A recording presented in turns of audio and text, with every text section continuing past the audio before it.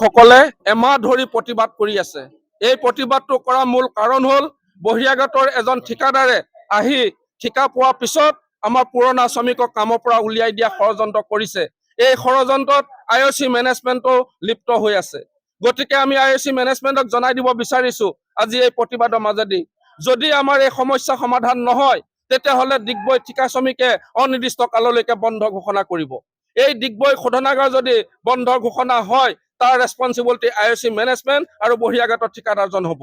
গতিকে আমি বাৰম্বাৰ অনুৰোধ জনাই আছো, বাৰম্বাৰ আমি তেওঁলোকক চিঠি পত্ৰ দি আছো, তাৰ পিছতো মেনেজমেণ্টে এই বহিৰাগত ঠিকাদাৰক সন্মান কৰাব পৰা নাইকিয়া। আজি পুৰণা শ্ৰমিকক কামৰ পৰা উলিয়াই দিয়া যি ষড়যন্ত্ৰ চলিছে, এই ষড়যন্ত্ৰত কিন্তু আমি ডিগবৈ ঠিকা শ্ৰমিক কিন্তু কেতিয়াও বহি নাথাকো। প্ৰয়োজন সাপেক্ষে হলে ইয়াতকৈ ভয়ংকৰ আন্দোলন আমি সৃষ্টি কৰিম।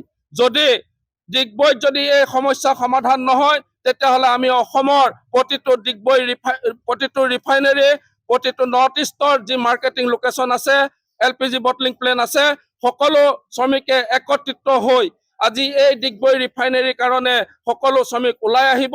এই কথা মই স্পষ্টভাৱে আপোনালোকক জনাই দিব বিচাৰিছো মিডিয়া যোগে। যদি আমাৰ এই সমস্যা সমাধান নহয় তেতিয়াহ'লে অনাগত দিনত খুব সোনকালে ইয়াৰ হিচাপটো আমি মেনেজমেণ্টক দি আছো। আৰু গোটেই অসমত গোটেই ৰিফাইনেৰী কেইখন মিলিত হৈছো আৰু গোটেই নৰ্থ ইষ্ট হিচাপে আমি মাৰ্কেটিং লোকেশ্যন মিলিত হৈছো আৰু তাৰ প্ৰতিত্বটো খুব সোনকালে এই মেনেজমেণ্টক দিম। আৰু আজি আমি প্ৰতিজ্ঞাবদ্ধ হৈছো খুব সোনকালেই 2 এদিনৰ ভিতৰত আমি ডিগবৈ ৰিফাইনেৰী অনিৰ্দিষ্ট কাললৈকে বন্ধ কৰা ঘোষণা কৰিম।